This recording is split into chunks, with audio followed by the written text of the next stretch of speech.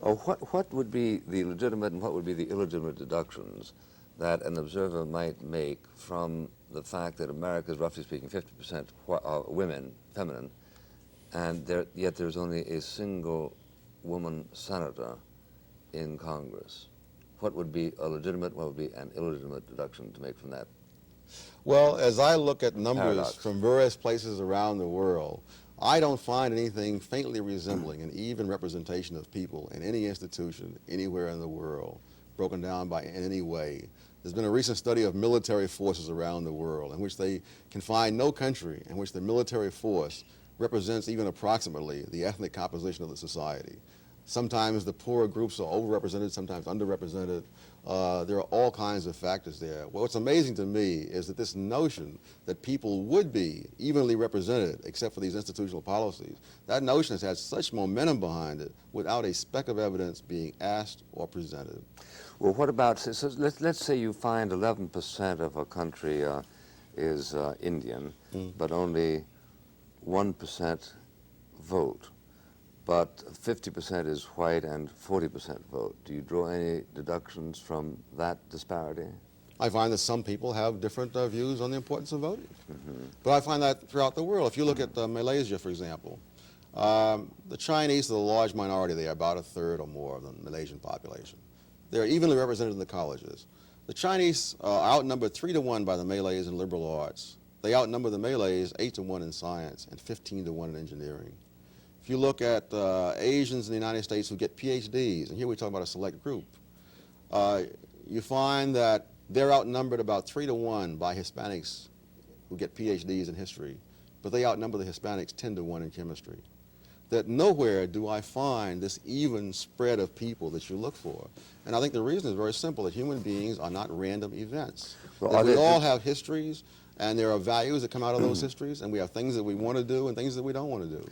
Well, are these genetic implications or purely cultural implications? I would think cultural. I know myself when I was struggling in late teens, looking for work, it never occurred to me to become a policeman. It never occurred to me to become a policeman. There are other people, I'm sure, who would have occurred to immediately. I never thought of that. That was not something that I did. I knew there were black policemen. I delivered groceries to one, so I knew that there were jobs there. It just was not something that I was led toward. Well, I think it's one thing for us all to accept individual inclinations, but to accept group inclinations is, or should be, a little bit more difficult, shouldn't it? For you to say, I, Tom Sowell, was not interested in being a policeman is very different from saying blacks on the whole are uninterested in being it's tougher to demonstrate in the case of a group. But what I'm saying is the contrary thesis, namely that all groups would be evenly represented everywhere if allowed to follow their own bent without any institutional barriers. That is what I find amazing, because even if you look at activities totally within their own control, what television programs to watch and so on, there's a whole sub-industry of studying the demographic composition of television audiences, simply because they found that the people, who watch NFL Monday Night Football are not the same people who watch Meet the Press or McNeil Lehrer. And the advertisers want to know who are those people, because they don't want to be selling lingerie to the people who are watching Monday Night Football, and they don't want to waste their product dollar, their advertising dollar. And they find there are very substantial differences, even in things that are totally within the control of the individual. Now, are those differences value-free on the whole, or not value-free? I'm not sure what you mean by value-free. Well, nobody can blame a man for being uninterested in wearing lingerie, but you could blame a man, let us say, who would not permit or would not invite a woman to share the experience of a football game on the grounds that it's not appropriate. I suppose so. I never really thought of it.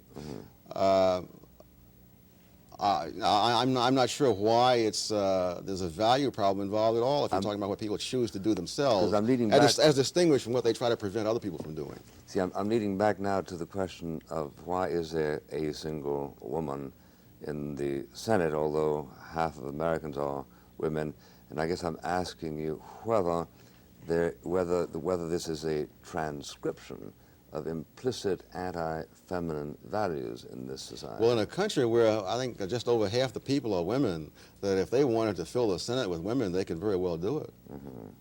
Well, it may very well be that they take on the prejudices of men.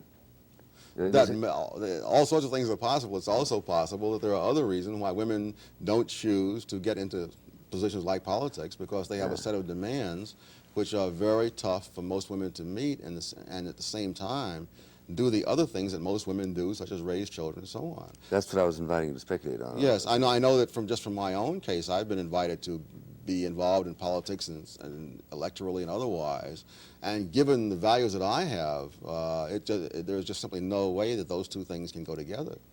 That what I would have to give up in terms of my personal life would just not be worth it to me. I suspect that that's probably true for a lot of women. When I did a study of academic women, I found that women who do follow academic careers, get their PhDs and so on, have much lower rates of marriage than either non-academic women or academic men, and much higher rates of divorce among the few who do get married. Apparently there must be a great deal of stress in that. And just from people that I know, I can see where there is a great deal of stress in trying to have two people following their career when one is expected around the home to provide all the housewifely services in addition to writing those articles and books. It gets to be a little much. So you would dismiss as thoughtless any complaint against a society that had only one woman in the Senate, or only 11% blacks in Congress, or only 6% Jews, or whatever. I wouldn't dismiss it. I would simply say, if there is evidence that you have, let us see that evidence. What I think is really tragic is that assertions have been made not only without evidence being offered, but without anyone even asking for evidence. It's as if these are self-evident truths that have been brought down from the mountainside. So the thing to do is to look for non-invidious explanations. No, the thing to do is look for whatever seems to be the most reasonable explanation in the circumstance. And I'm saying that the people who made the case the other way, or who've acted as if they made the case, typically have not felt the necessity even to bring evidence. They say there's one woman in the Senate, therefore. Or they say that women make X percent of the income of men without bothering to find out what percentage of those women are working part-time, what percentage of them are re-entering the labor force after 20 years of having children, etc. Rather than saying, let us compare now women who chose to stay in the labor force continuously since high school, on into their 30s, let's say, compared to men who did, and see how do they compare. And there, these great differences tend to disappear. In some cases, the women make more. Well, but you seem substantially to have eliminated invidious explanations. For instance, when you write, how far have we come in removing discriminatory pay differences among individuals with the same qualifications and different racial or ethnic backgrounds? Among the younger generation, we have just about all the way. This is you. Yes.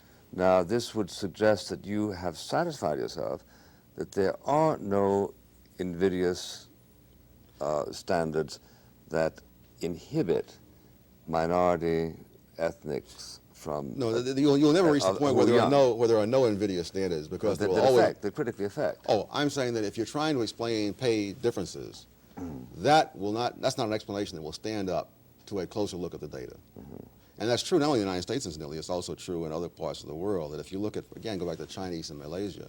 In Malaysia, the Malays are the dominant force, not only numerically, but politically. They control the government, and so on. In fact, they have anti-Chinese laws. Oh, they do? Yeah. So there's no question whether the Chinese are discriminating against the Malaysia. I mean, all you have to do is read the books, the statute books, and they tell you. There's no two ways about it. The fact of the matter is the Chinese make double the income of the average Malay.